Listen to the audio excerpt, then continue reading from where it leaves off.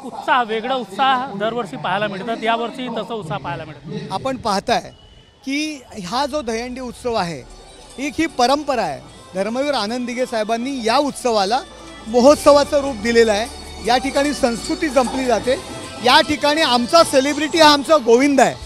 या ठिकाणी 4 थर लावू द्या, 5 थर लावू द्या, 6 थर लावू द्या, 7 थर लावू द्या, 8 थर लावू द्या, 9 थर लावू द्या, प्रत्येक गोविंदाला या ठिकाणी बक्षीस दिलं जातं, रोज बक्षीस दिलं जातं।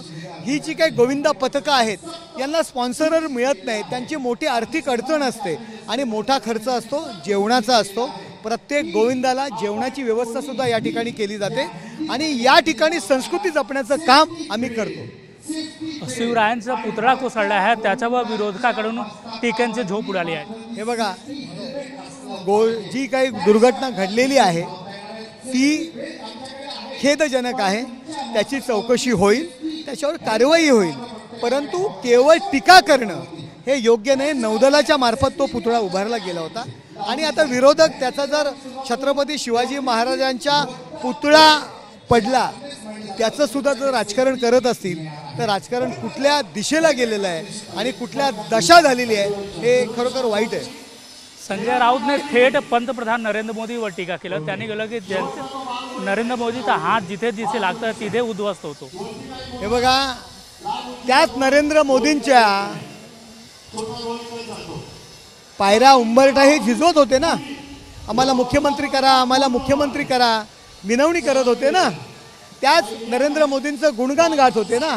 त्याच नरेंद्र मोदींबरोबर बॅनरवर फोटो लावून यापूर्वीच्या निवडणुका जिंकल्या ना, मग तेव्हा का नाही वाटलं?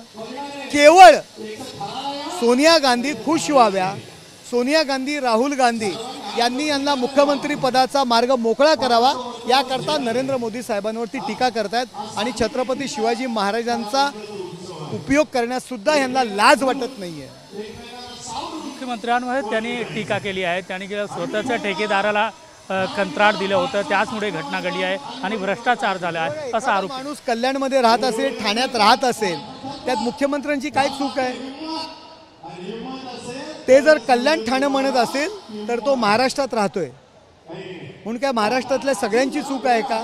नक्की काय प्रकरण आहे, कशामुळे झालंय याची चौकशी करून कार्यवाही करावी। जवळचा ठेकेदार ह्याचा काही विषयच नाही आहे। हे नौदलाने काम दिलेलं आहे।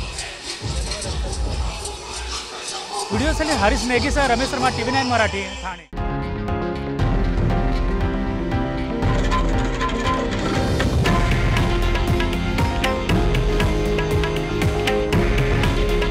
हे आहे देशातील नंबर 1 न्यूज नेटवर्क आणि आपण पाहत आहात TV9 मराठी। काळजी तुमची, हित महाराष्ट्राचं।